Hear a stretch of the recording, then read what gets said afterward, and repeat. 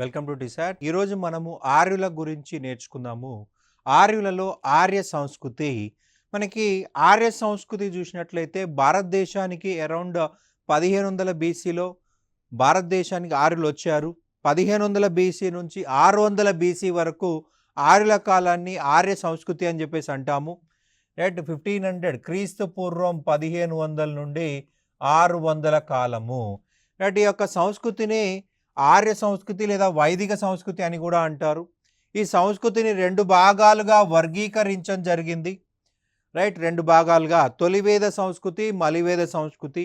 ఎందుకలాగా అంటే తొలివేద కాలం నాటి పరిస్థితులు మలివేద కాలంకి వచ్చేసరికి తలకిందులైపోయాయి.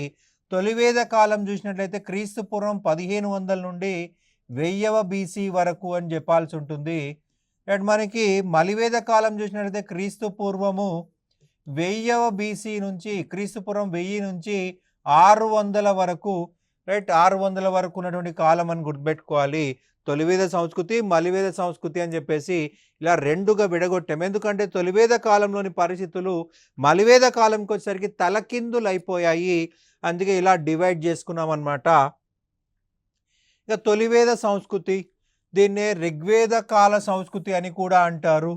సింధు నది, సరస్వతి నదుల ఆధారంగా చేసుకొని భారతీయ ప్రజలు భారత వాయువ్య ప్రాంతంలో ఈ యొక్క ప్రజలు నివసించారు, సంస్కృతిని అభివృద్ధి చేశారు. తొలివేద కాలంలో ఆర్యులు తెగలుగా వాయువ్య ప్రాంతంలో స్థిరపడ్డారు.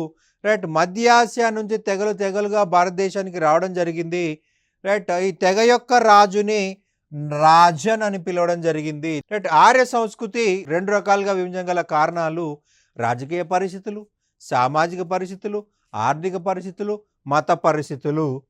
రైట్. మనకి మొదట రాజకీయ పరిస్థితుల నుంచి వద్దామండి. తొలివేద కాలం నాటి నాయకుడిని రాజన్ అని చెప్పేసి పిలిచేవాళ్ళు.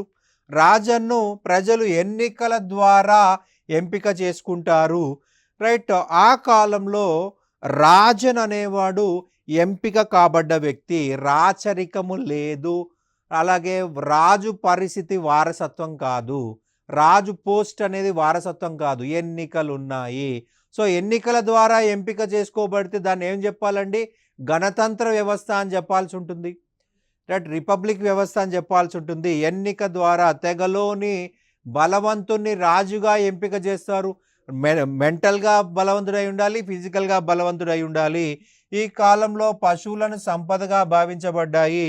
పశువుల కోసమే ఈ రాజన్ అనేవాడు యుద్ధాలు చేయడం జరిగింది. ఈ కాలంలో సిద్ధ సైన్యం అనేది లేదు.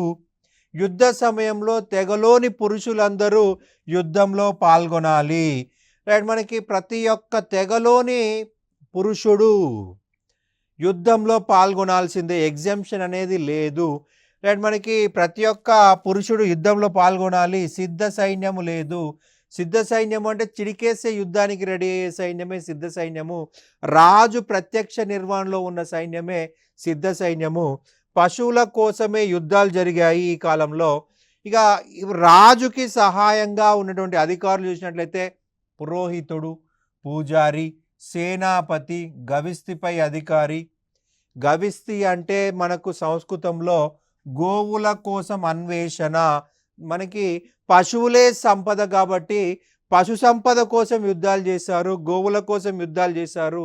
దాన్ని ఏమంటున్నాం? సింగిల్ వర్డ్లో యుద్ధము అంటున్నాము. గవిస్తి అంటే యుద్ధము, గోవుల కోసం అన్వేషణ లేదా యుద్ధము.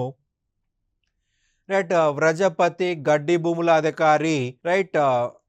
పశువులే సంపద అయినప్పుడు పశువులకు ఏం కావాలండి? గడ్డి కావాలి. పశువులు లేకపోతే, పశువులకి గడ్డి లేకపోతే చచ్చిపోతాయి. పశువులను కాపాడుకోవాలంటే గడ్డిని కాపాడుకోవాలి. అందుకే గడ్డిని కాపాడుకోవడం కోసం ఒక అధికారిని పెట్టారు, గడ్డి భూముల అధికారి. స్వాప, గూఢాచారి. ఒక తెగ యొక్క సీక్రెట్ ఇన్ఫర్మేషన్స్ని రైట్ కాపాడడం కోసం, లేదా వేరే తెగ వాళ్ళు వీళ్ళపైన దాడి చేస్తున్న ఇన్ఫర్మేషన్ ముందుగా ఇవ్వడం కోసము ఒక అధికారిని పెట్టుకున్నారు. ఆయన పేరే స్వాప. ఇతను వేరే యొక్క శాఖల్లో ఉంటాడు, వేరే తెగల్లో ఉంటూ వాళ్ళ యొక్క సమాచారం ఇస్తాడు. గ్రామాధికారి మరియు రాజుని నిర్ణయించేవాడు. రైట్. రాజు ఎంపికలో ప్రధాన పాత్ర వహిస్తాడు. మనము ఇప్పుడే చెప్పుకున్నాము, రాజన్ అనేటువంటి పోస్ట్ అనేది వారసత్వం కాదు, ఎన్నికల ద్వారా అతన్ని ఎన్నుకుంటారు. ఎన్నికల ద్వారా ఎన్నుకుంటారు. సో, ఎన్నికల్లో రాజన్ని ప్రధానంగా నిర్ణయించేది గ్రామణియే. ఒకవేళ గ్రామణి ఎవరైనా వ్యక్తిని ఇతను రాజుగా పనికిరాడు అంటే అతడు జీవితంలో రాజు అవ్వలేడు. గ్రామణి అనుకుంటేనే అవుతాడు. గ్రామాధికారి అలాగే రాజుని ఎంపిక చేయడంలో నిర్ణయించేవాడు. కింగ్ మేకర్ అని చెప్పాల్సి ఉంటుంది. కింగ్ మేకర్ అన్నమాట. ఈ కాలం నాటి నాయకుడు నియంత కాదు, ప్రజా సంక్షేమాన్ని దృష్టిలో పెట్టుకొని పరిపాలన చేసేవాడు. రైట్. ఈ కాలంలో రాజు మోనార్క్ కాదు, నియంత కాదు, ప్రజా సంక్షేమాన్నే దృష్టిలో పెట్టుకునేవాడు. తప్పనిసరి పన్నులు కూడా లేవు. బలి అనే పన్నును రాజు గౌరవార్థం ఇచ్చేవారు. రైట్. రాజు యొక్క అధికారాలను నియంత్రించడానికి 4 సంస్థలు ఏర్పాటు చేయబడ్డాయి. అసెంబ్లీలు అనొచ్చు, సంస్థలు అనొచ్చు. రైట్. సభ. ప్రతి కుటుంబం నుంచి పెద్ద ఈ సభకు ప్రతినిధిగా ఉంటాడు. రైట్. సమితి. తెగలోని ప్రజలందరూ సభ్యులే. విధాత. మహిళల ఆధిపత్యంలో ఉన్న సభ అత్యవసర సమయంలో సలహాలు ఇస్తుంది. గణ. యుద్ధ మండలి. ఈ 4 రాజుని మోనార్క్ కాకుండా అడ్డుకుంటుంది. రాజుని నియంత కాకుండా అడ్డుకుంటాయి 4 సభలు. రాజుని నియంత కాకుండా అడ్డుకుంటాయి. రాజుని తన కంట్రోల్లో పెట్టుకుంటాయి. రైట్. రాజు మోనార్క్ కాకుండా అడ్డుకుంటున్నాయి. మహిళలు సభ్యులుగా ఉన్న సంస్థలు అంటే సమితి, విధాత. ఋగ్వేదంలో ఒకే ఒక యుద్ధం గురించి వివరించడం జరిగిందండి. అదే దశరాజ్ఞ గణ యుద్ధము. రైట్. ఒకే ఒక యుద్ధం గురించి చెప్పడం జరిగింది. దశరాజ్ఞ గణ యుద్ధము. రైట్. మనకి 7వ మండలమైన వశిష్ఠ మండలంలో వివరించడం జరిగింది. భరతా తెగకి పురు తెగకి మధ్య జరిగిన యుద్ధం గురించి మనకి ఇందులో మెన్షన్ చేయడం జరిగింది. భరత తెగ యొక్క రాజు సుధామ, పురు తెగ యొక్క రాజు పురుకుత్స. అయితే ఇక్కడ సమస్య రాజుల మధ్య కాదు, అతని దగ్గర ఉన్న పురోహితుల మధ్య. రైట్. భరత తెగ యొక్క పురోహితుడు వశిష్ఠ మహర్షి, పురు తెగ యొక్క పురోహితుడు విశ్వామిత్ర మహర్షి. ఈ విశ్వామిత్ర మహర్షి ఏమంటాడంటే, మనం ఆర్యులం చాలా బలహీనంగా ఉన్నాము, తక్కువ జనాభా ఉంది, మన జనాభా పెంచుకోవాలంటే అనార్యులను కూడా చేర్చుకోవాలి అంటాడు విశ్వామిత్రుడు. కానీ వశిష్ఠుడు అంగీకరించాడు. మనం ఆర్యులం చాలా గొప్ప లక్షణాలు కలిగి ఉన్న వాళ్ళము, మన లక్షణాలు వేరే వాళ్ళతో కలిసిపోతే, వాళ్ళతో వివాహ సంబంధాలు పెట్టుకున్నట్లయితే మనం బలహీన పడిపోతాము, మన లక్షణాలు మనకు ఉండవు, అవి పొల్యూట్ అయిపోతాయి అని చెప్పేసి వ్యతిరేకిస్తాడు. సో వీళ్ళిద్దరి మధ్య గొడవే అది యుద్ధానికి దారితీసింది. రైట్. మనకి ఈ 2 తెగలు యుద్ధంలో భరత తెగ, పురు తెగ పరుష్ని అనే నది ఒడ్డున, దాన్ని మనం రావి నది ఒడ్డున జరిగింది. రైట్. ఈ పరుష్ని రావి నది ఒడ్డున జరిగిందండి. యుద్ధంలో భరత తెగ, పురు తెగకి 5 ఆర్య మరియు అనార్య తెగలు సపోర్ట్ చేయడం జరిగింది. భరత తెగ పురు తెగని 5 ఆర్య తెగలు మరియు 5 అనార్య తెగల్ని ఓడించడం జరిగింది. ఫైనల్గా ఇందులో గెలిచింది ఎవరు? భరత తెగ గెలిచింది. ఇందులో గెలిచింది ఎవరయ్యా అంటే భరత తెగ. భరత తెగ పురు తెగని 5 ఆర్య 5 అనార్య తెగలను ఓడించడం జరిగింది. రైట్. ఇక్కడ మనకి భరత తెగ యొక్క రాజు సుధాముడు. ఈ భరత తెగ భారతదేశాన్ని పరిపాలించింది. ఈ భరత తెగ మీద నుంచే భారతదేశం పేరు వచ్చిందని చెప్పేసి కొంతమంది చరిత్రకారులు ఒప్పుకోవడం జరుగుతుంది. ఇక నెక్స్ట్ సామాజిక పరిస్థితులు. సామాజిక పరిస్థితులు సమాజంలో ఉన్న పరిస్థితులే సామాజిక పరిస్థితులు. రైట్. సమాజము. రైట్. అనేక కుటుంబాల కలయికని సమాజం అంటాం. కుటుంబము అనేక మంది ఒక దగ్గర నివసిస్తే దాన్ని కుటుంబం అంటాము. అనేక కుటుంబాల కలయికే సమాజం అంటాము. తొలివేద కాలంలో పితృస్వామికి వ్యవస్థ అమల్లో ఉండేది. పితృస్వామికి వ్యవస్థ కుటుంబంలో అత్యధిక వయసు కలిగిన పురుషుడు లేదా తండ్రి అధికారిగా ఉంటే దాన్ని పితృస్వామిక వ్యవస్థ అని చెప్పేసి అంటాము. కుటుంబంలో అతిపెద్ద వయసు నుండి పురుషుడు లేదా తండ్రి. ఎందుకు అలా చెప్తున్నామంటే మనకి అందరికీ సేమ్ రిలేషన్ కాదు. ఒకరికి ఫాదర్ అవ్వచ్చు, ఇంకొకరికి అంకుల్ అవ్వచ్చు, ఇంకొకరికి తాతయ్య అవ్వచ్చు, ఇంకొకరికి ఇంకో రిలేషన్ అవ్వచ్చు. అందుకే ఏం చెప్తున్నాము, అత్యధిక వయస్సు కలిగిన పురుషుడు లేదా తండ్రి పెద్ద అయితే పితృస్వామిక వ్యవస్థ. మనకి ఉమ్మడి కుటుంబ వ్యవస్థ కనిపిస్తుంది. ఉమ్మడి కుటుంబ వ్యవస్థ కనిపిస్తుంది. రైట్. మనకి ఆ కాలంలో కుటుంబాన్ని కులము అన్నారు. రైట్. ప్రెజెంట్ కులం వేరు, ఆ టైంలో కులం వేరు. కులం అంటే కుటుంబం ఋగ్వేద ప్రకారము. కులం పైన హెడ్ కులాప. తండ్రిని ఏమని పిలిచారు? కులాప అన్నారు. కులము అంటే కుటుంబము. కుటుంబం పైన అధికారి తండ్రి. సో తండ్రిని ఏమని పిలిచారు? కులాప అన్నారు. స్త్రీలు పూర్తి స్వేచ్ఛను కలిగి ఉపనయనం అనే విద్యార్థిని కూడా పొందేవారు. ఆ కాలంలో అందరూ చదువుకోవచ్చు. మహిళలు చదువుకోవచ్చు, శూద్రులు చదువుకోవచ్చు. అందరూ సమానమే. అన్ని రంగాల్లో స్వేచ్ఛగా పాల్గొంటూ విద్యావంతులుగా ఉండేవాళ్ళు. రైట్. ఎగ్జాంపుల్ చూసినట్లయితే విశ్వావర, లోపాముద్ర, గార్గి, రోషనార, గౌతమి వీళ్ళంతా కూడా విద్యని అభ్యసించారు. రైట్. అందరూ సమానమే. మహిళలు తక్కువ కాదు, శూద్రులు తక్కువ కాదు, అందరూ సమానమే. బాల్య వివాహాలు లేవు, సతీ సహగమనము లేదు. రైట్. తొలి వేద కాలంలో అంటే 1500 నుంచి 1000 మధ్యలో బాల్య వివాహాలు కానీ సతీ సహగమనం కానీ లేదు. వితంతు పునర్వివాహాలు ఉన్నాయి. భర్త చనిపోయిన తర్వాత భర్త మళ్ళీ పెళ్లి చేసుకోవచ్చు. రైట్. భార్య మళ్ళీ పెళ్లి చేసుకోవచ్చు. అందులో మొదటిది నియోగ పద్ధతి. నియోగ అంటే భర్త మరణించిన అనంతరం మరలా షరతులతో వివాహం చేసుకునే సాంప్రదాయము. మొదటి షరతు వచ్చేసి వితంతువుకు పిల్లలు ఉండకూడదు. వితంతువుకు పిల్లలు ఉన్నట్లయితే మళ్ళీ పెళ్లి చేసుకోకూడదు. ఎందుకలాగా అంటే ఒకవేళ ఉన్నారే అనుకున్నప్పుడు అప్పుడు మళ్ళీ పిల్లలు పుడతారు. రైట్. ఆ పురుషుడికి పిల్లలు ఉంటారు, మహిళకి పిల్లలు ఉంటారు. సో అక్కడ రైట్ వివక్షత అనేది ఏర్పడుతుంది. ఎవరికి తన పిల్లలకు ప్రాధాన్యత ఇవ్వాలా, అతని పిల్లలకు ప్రాధాన్యత ఇవ్వాలా, ఇద్దరి పిల్లలకు ప్రాధాన్యత ఇవ్వాలా అనేటువంటి సమస్య ఏర్పడుతుంది. పిల్లలు లేకపోతేనే అనే కండిషన్ గుర్తుపెట్టుకోవాలి. రెండో కండిషన్ వచ్చేసి భర్త సోదరుడినే వివాహం చేసుకోవాలి. భర్త సోదరుడినే పెళ్లి చేసుకోవాలి. దాన్ని ఏమంటాం? నియోగ పద్ధతి. ఒకవేళ భర్తకి బ్రదర్ లేకపోతే బయటి వ్యక్తిని పెళ్లి చేసుకోవచ్చు. అప్పుడు దాన్ని నియోగ పద్ధతి అనము. వితంతు పునర్వివాహం అంటాం. ఇక నెక్స్ట్ చూసినట్లయితే 2 రకాల వర్ణ లేదా కులాంతర వివాహాలు ఉన్నాయి. రైట్. అనులోమ కులాంతర వివాహం, ప్రతిలోమ కులాంతర వివాహం. ప్రతిలోమనే విలోమ అని కూడా పిలవచ్చు. అనులోమ కులాంతర వివాహం అంటే అగ్రకుల పురుషుడు నిమ్న కుల మహిళతో వివాహం చేసుకోవడం. రైట్. ఉన్నత కులానికి చెందిన పురుషుడు తక్కువ కులానికి చెందిన మహిళను పెళ్లి చేసుకోవడమే అనులోమ వివాహ పద్ధతి. రైట్. విలోమ వివాహము లేదా ప్రతిలోమ కులాంతర వివాహం అంటే నిమ్న కుల పురుషుడు అగ్రకుల మహిళతో వివాహం చేసుకోవడము. అనులోమ వివాహ పద్ధతి ప్రకారం బ్రాహ్మణ పురుషుడు క్షత్రియ మహిళను కానీ, వైశ్య మహిళను కానీ, శూద్ర మహిళను కానీ పెళ్లి చేసుకోవడమే అనులోమ వివాహ పద్ధతి, పైనుంచి కిందికి. అలాగే క్షత్రియుడు వైశ్య మహిళను కానీ, శూద్ర మహిళను కానీ, వైశ్యుడు శూద్ర మహిళను కానీ పెళ్లి చేసుకుంటే దాన్ని రైట్ అనులోమ వివాహ పద్ధతి, పైనుంచి కిందికి. ఉన్నత కులానికి చెందిన లేదా ఉన్నత వర్ణానికి చెందిన పురుషుడు తక్కువ వర్ణానికి చెందిన మహిళను పెళ్లి చేసుకోవడమే అనులోమ వివాహ పద్ధతి. తక్కువ వర్ణానికి చెందిన పురుషుడు ఎక్కువ వర్ణానికి చెందిన మహిళను పెళ్లి చేసుకోవడం.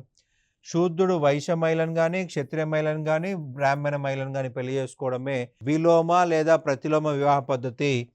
రైట్. ప్రతిలోమ వివాహ పద్ధతి. శూద్ర రైట్. అలాగే వైశ్యుడు క్షత్రియ మహిళను కానీ ఆర్ బ్రాహ్మణ మహిళను కానీ, క్షత్రియుడు బ్రాహ్మణ మహిళను కానీ కింది నుంచి పైకి వచ్చినట్లయితే రైట్ దాన్నే విలోమ ప్రతిలోమ వివాహ పద్ధతి అని చెప్పేసి మనకి తెలుస్తూ ఉంది.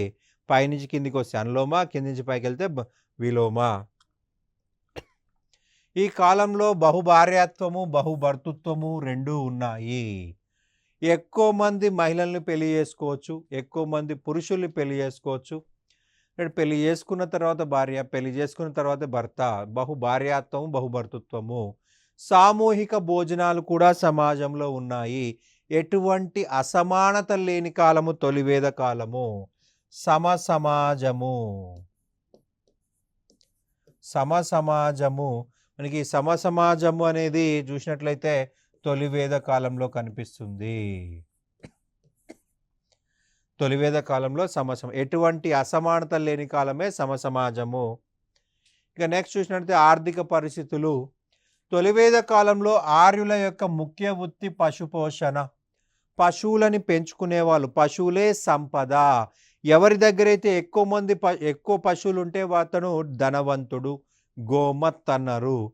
తొలివేద కాలంలో ఆర్యులు రెండో ప్రాధాన్యత వ్యవసాయానికి ఇచ్చారు. వ్యవసాయంలో వాళ్ళు ఎవలు అనేటువంటి పంటని పండించడం జరిగింది. అయితే మన చరిత్రకారులు దీన్ని గోధుమ అయినా అయి ఉండొచ్చు, బార్లీ అయినా అయి ఉండొచ్చు అంటున్నారు. గోధుమ అయినా అయి ఉండొచ్చు, బార్లీ అయినా అయి ఉండొచ్చు అంటున్నారు. తొలివేద కాలంలో వ్యవసాయము ప్రధాన ప్రాధాన్యత కాదు, రెండవ ప్రాధాన్యత ఉంది. పశువులే సంపద, పశు సంపద. పశు సంపదకి ప్రాధాన్యత ఇచ్చారు. ఆయాస్ అనే రాగి లోహంను ఉపయోగించుకున్నారు. ఆయాస్ అనే రాగి లోహంను ఉపయోగించుకున్నారు. రైట్. సువర్ణ నిష్క అనే ఆభరణంను మారకంగా ఉపయోగించుకున్నారు. ఈ కాలంలో నాణాలు లేవు. ఒక వస్తువు ఇచ్చి ఇంకో వస్తువు తీసుకునేటువంటి పరిస్థితి కూడా లేదు. దాని ప్లేస్లో ఆభరణము సువర్ణ నిష్క అనే ఆభరణాన్ని మారకం కింద ఉపయోగించుకున్నారనమాట. రైట్. ఈ కాలంలో మనకి వడ్రంగి పరిశ్రమ ఉంది, కుండల పరిశ్రమ ఉంది, చేనేత పరిశ్రమ ఉంది, లోహాలను కరిగించే పరిశ్రమ ఉంది. రైట్. మనం ఫుడ్ వండుకోవాలంటే ఏం కావాలండి? కుండలు కావాలి. నీళ్లు స్టోర్ చేయాలంటే కుండలు కావాలి. సో కుండల పరిశ్రమ డెవలప్ అయింది. మనకి చలి నుండి, ఎండ నుండి, వాన నుండి మనల్ని కాపాడుకోవడం కోసము ఇళ్ళ నిర్మాణం చేపట్టుకోవాలి. ఇళ్ళ నిర్మాణం కోసము మనకి చేలు కావాలి, డోర్లు కావాలి, విండోలు కావాలి. ఇవన్నీ కూడా ఎవరు తయారు చేస్తారు? వడ్రంగి వాళ్ళు తయారు చేస్తారు. డోర్లు, విండోలు. సో వడ్రంగి పరిశ్రమ కూడా ఉంది. అలాగే లోహాలను కరిగించి వస్తువులు తయారు చేయడం. రైట్. అలాగే బట్టలు కోసం చేనేత పరిశ్రమ. అన్ని రకాల పరిశ్రమలు ప్రధానంగా కనిపిస్తున్నాయి. మనకి వడ్రంగి పరిశ్రమలో రెండు రకాల వ్యక్తులుగా డివైడ్ చేశారు. రథకారులని, తక్షకులని చెప్పేసి. తక్షకులు వచ్చేసి వ్యవసాయ పనిముట్లు చేస్తారండి. సో వీళ్ళకి తక్కువ విలువ ఉంటుంది. రథాలు చేసే వాళ్ళని రథకారులు అంటారు. ఈ రథాలు అనేవి యుద్ధంలో చాలా చాలా ముఖ్యమైనవి. రాజు యుద్ధంలో గెలవాలంటే ఎక్కువ రథాలు ఉండాలి. ఎక్కువ రథం ఉన్న రాజు విజయం ఈజీగా సాధిస్తాడు. సో ఈ రథకారులకి ఎక్కువ విలువ ఉంది సమాజంలో. వీళ్ళకు ఉపనయనం కూడా ఇచ్చారు. జనరల్గా బ్రాహ్మణ, క్షత్రియ, వైశ్యులకు మాత్రం ఉపనయనం ఉంటుంది, శూద్రులకి ఉండదు. రైట్. ఈ యొక్క వడ్రంగి వాళ్ళు అనేవాళ్ళు కూడా శూద్రులే. రైట్. శూద్రులే కాబట్టి ఇక్కడ వాళ్ళకు ఉపనయనం ఉండదు. కానీ రథాలు యుద్ధంలో చాలా ముఖ్యమైనవి. ఎవరైతే రథాలు తయారు చేస్తారో వాళ్ళకు మాత్రం ఉపనయనం ఉంది. వాళ్ళకు ఉన్నత హోదా ఇచ్చారనమాట. మనకి తక్షకులు వ్యవసాయ పనిముట్లు చేస్తారు. సో వీళ్ళకి సరి అయిన విలువ లేదు. రైట్. ఉపనయనం కూడా లేదు. రైట్. ఆరుల కాలంలో ఆవులని దొంగలించే వారిని పానీలు అనేవారు. పానీలు. రైట్. ఈ కాలంలో మనకి అత్యధికంగా జరిగే క్రైమ్ ఏందయ్యా అంటే ఆవులని దొంగలించడము. ఆవుల్ని దొంగలించడం అనేది అత్యధికంగా జరిగే క్రైము. పశువులే సంపద కాబట్టి పశు సంపద కోసము రైట్ పశువులని దొంగతనాలు చేసేవాళ్ళు అనమాట. రైట్. ఆరుల కాలంలో ఆవు పాలు తీసేవారిని దౌహిత్ర అనేవాళ్ళు. దౌహిత్ర అంటే ఆవు పాలు తీసేవారు లేదా సోదరి అనే మరొక మీనింగ్ కూడా ఉంది. పశువులను ఈ కాలంలో సంపదగా భావించారు. గోమత్ అనగా ధనవంతుడు లేదా అత్యధిక పశువులు కల వ్యక్తి అని అర్థము. రైట్. మరొక ముఖ్యమైన అంశము మనం గతంలో రిపీటెడ్గా అడిగింది. గోజ్ఞ అనగా అన్నాడు. గోజ్ఞ అనగా అంటే అతిథి. ఋగ్వేద కాలంలో వ్యవసాయం జరిగిందండి. వ్యవసాయానికి నాగలి చాలా ముఖ్యమైనది. ఋగ్వేదంలో నాగలికి వాడిన పదాలు సిరా మరియు లాంగుల. ఋగ్వేదంలో నాగలికి వాడిన పదము సిరా, లాంగుల. ఈ రెండు పదాలు నాగలికి ఋగ్వేదంలో వాడడం జరిగింది. మనకి సీత వ్యవసాయ భూమి. సీత వ్యవసాయ భూమి. రైట్. ఇది కూడా మనం ఎగ్జామ్ పాయింట్ ఆఫ్ వ్యూలో గుర్తుపెట్టుకోవాల్సి ఉంటుంది. రైట్. నెక్స్ట్ ఇక ఫైనల్గా మత పరిస్థితులు. తొలివేద కాలంలో ప్రజలు ప్రకృతిని తమ అధీనంలో తీసుకునే ప్రయత్నం చేశారు. ప్రకృతిని తమ కంట్రోల్లో తీసుకునే ప్రయత్నం చేశారు. కానీ విఫలం కావడం జరిగింది. తొలివేద కాలంలో దేవతలని ప్రకృతినే దేవతలుగా పూజించడం మొదలైంది. ప్రకృతినే దేవతలుగా పూజించారనమాట. తొలివేద కాలంలో మొత్తం 33 మంది దేవతలని పూజించారు. రైట్. ప్రొఫెసర్ మ్యాక్స్ ముల్లర్ దీన్ని కేనోథీజం అన్నాడు. Professor max Muller. రైట్. పోలీథీజం అని చెప్పొచ్చు, బహుదేవతారాధన, పాలీథీయిజం, బహుదేవతారాధన. కేనోథీయిజం అన్నాడు ప్రొఫెసర్ మ్యాక్స్ ముల్లర్. ఒకరికంటే ఎక్కువ మంది దేవతలను పూజించడమే రైట్ కేనోథీయిజం అనమాట. 33 మంది దేవతల్ని పూజించడం జరిగింది. రైట్. ఋగ్వేదంలో 1028 శ్లోకాలు ఉన్నాయి. 1028 శ్లోకాలు ఉన్నాయి. రైట్. 1028 శ్లోకాలు దేవతల యొక్క పూజల యొక్క ముఖ్యంగా చెప్పుకోవాల్సి ఉంటుంది. దేవతల యొక్క ప్రార్థనలు, దేవతల యొక్క పూజలు అని చెప్పాల్సి ఉంటుంది. ఇంద్రుడు యుద్ధ దేవత, వర్ష దేవత, వాతావరణ దేవత మరియు భయానికి దేవత. రైట్. మనకి ప్రధానంగా చూసినట్లయితే ఋగ్వేదంలో 250 శ్లోకాలు ఒక ఇంద్రుడికే ఇవ్వడం జరిగింది. యుద్ధ దేవతగా చూడబడ్డాడు. రైట్. యుద్ధానికి వెళ్ళే ముందు ఇంద్రుని పూజించాలి. వర్షం పడాలంటే ఇంద్రుని పూజించాలి. రైట్. వాతావరణాన్ని బాగుండాలంటే ఇంద్రుని పూజించాలి. భయం నుంచి బయటపడాలంటే ఇంద్రుని పూజించాలి.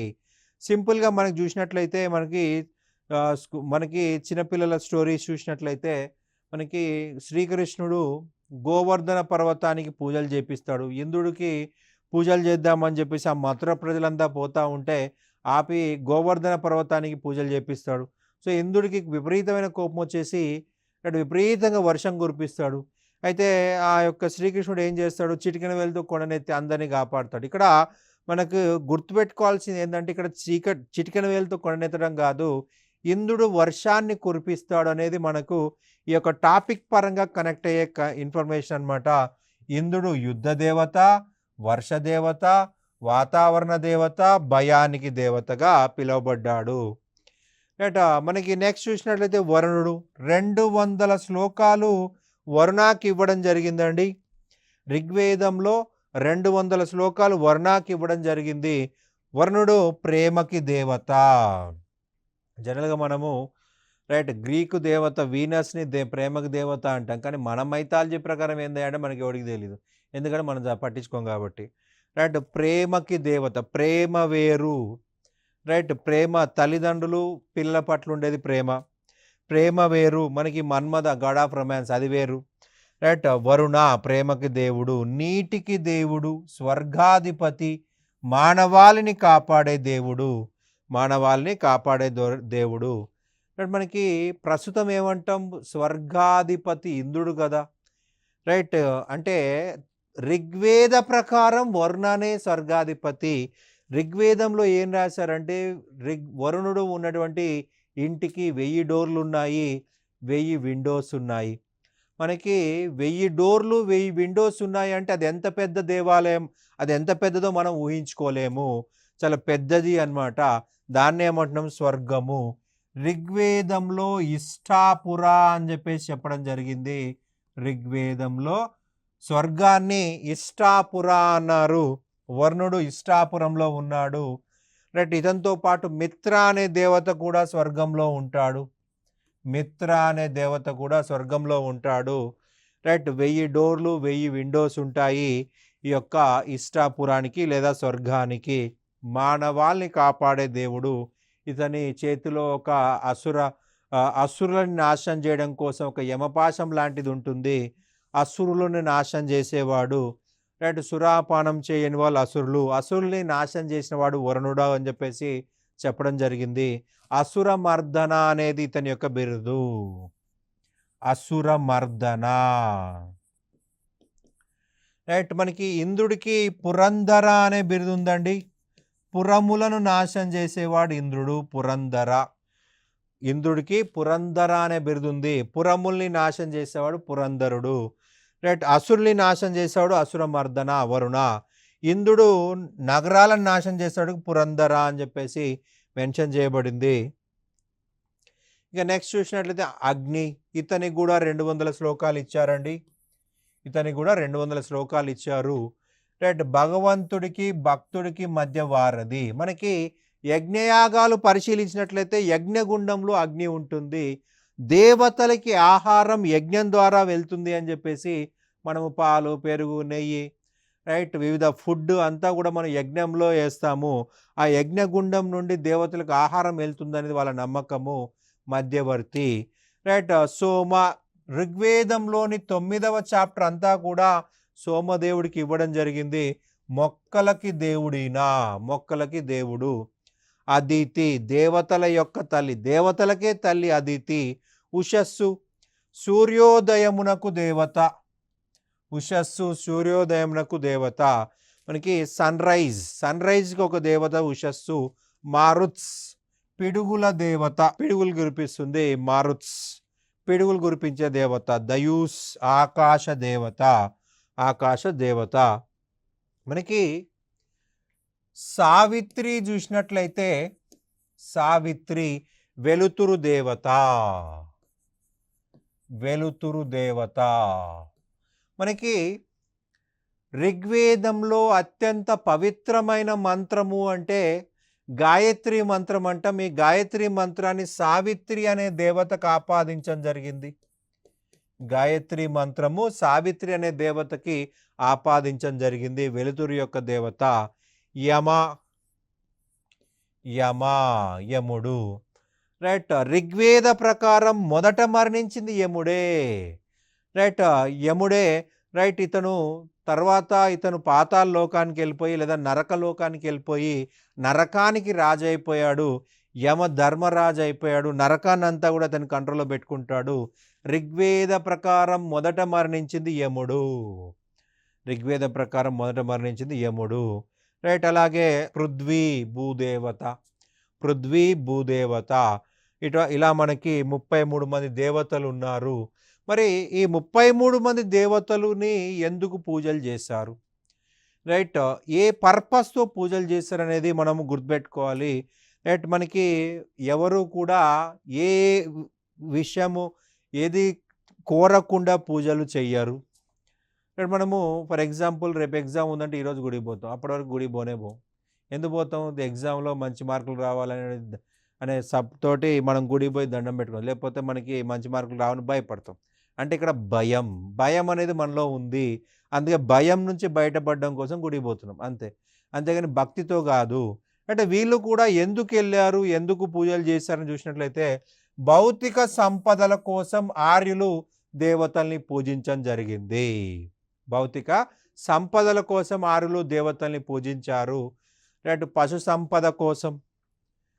సంపద కోసం మరియు పుత్ర సంతానం కోసం. మనం ఏం చెప్పామండి? తొలివేద కాలంలో పశువులే సంపద, పశు సంపద అని చెప్పేసి అన్నాము. పశు సంపద కోసం దేవతలని పూజించడం జరిగింది.